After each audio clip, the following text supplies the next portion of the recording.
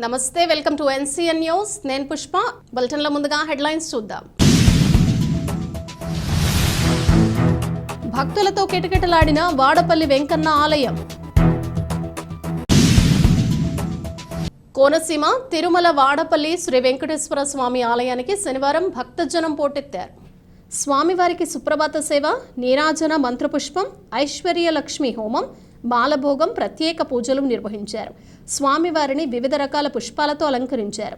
వివిధ రాష్ట్రాల నుంచి తరలివచ్చిన భక్తులు స్వామివారి తిరువీధుల్లో 7 ప్రదక్షిణలు నిర్వహించుకుని భారీ క్యూలైన్ల ద్వారా స్వామివారిని దర్శించుకున్నారు. తలనీలాలు, తులాభారం, కానుకలు సమర్పించుకుని అన్నప్రసాదం స్వీకరించారు.